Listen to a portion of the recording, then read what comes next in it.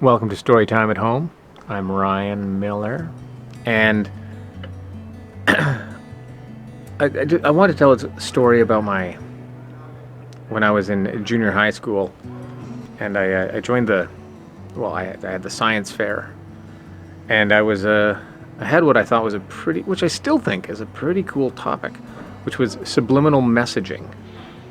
And so I did a bunch of research on subliminal messages and how they can influence people or not, or whether they can.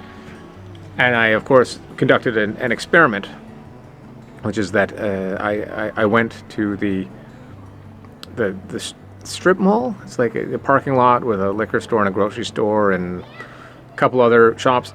And I set up in kind of the foyer there. This is in a very small town. A little table, collapsible card table, and 2 bowls of potato chips, the same type, just natural potato chips, and a tape recorder, like a boom box, and on which I had taped the sound of ocean waves. So there was a tape with ocean waves, and then underneath I had recorded my voice, but too quiet to hear, obviously by our conscious minds, but subconscious or subliminally, I was saying, "Pick chip B, pick chip B," in my like 12-year-old voice, and so I was playing the the ocean sounds.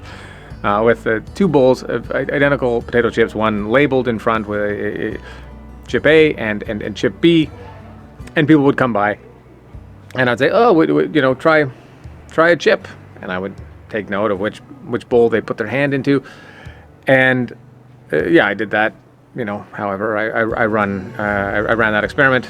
I probably a couple afternoons, put together my science project, and I was feeling pretty good about myself, because I thought that was a pretty clever experiment, and then it was the local science fair, and the judges are going around, and judges looking at my experiment, and I think he's interested, and he asks, he's like, "Okay, so this is interesting.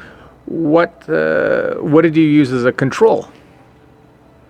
And I was like, "What now?" And he's like, "How did you control for the variables in your experiment? Like, how did you check to see whether it wasn't just the result of chance?"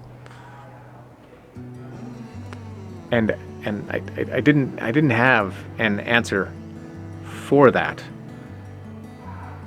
And it's kind of it's a bit funny to me, because that's that's entirely a fundamental component of the scientific method, is the control group. And I went through so much trouble, great lengths to record the ocean sounds, and of course people were like, "What the fuck is this kid doing? Like, just sitting here with 2 bowls of chips, just listening to the sound of ocean waves." And I remember responding to someone who asked, and I was like, "I just find it relaxing."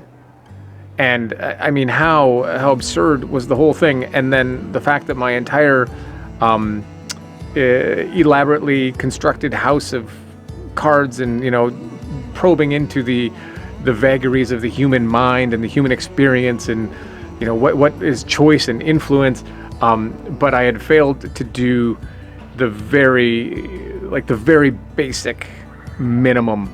On one hand I'd done so much, and on the other hand I just didn't even think to do a control. And I think that's totally consistent, to be honest, with how I run things. I think I've matured a little bit since those times, thankfully, and gotten a bit smarter and more sophisticated of thought. But still, I do have that tendency to go way overboard on certain aspects, but not necessarily have those fundamentals in place. Sometimes. Thanks for tuning in. Pick Chip be.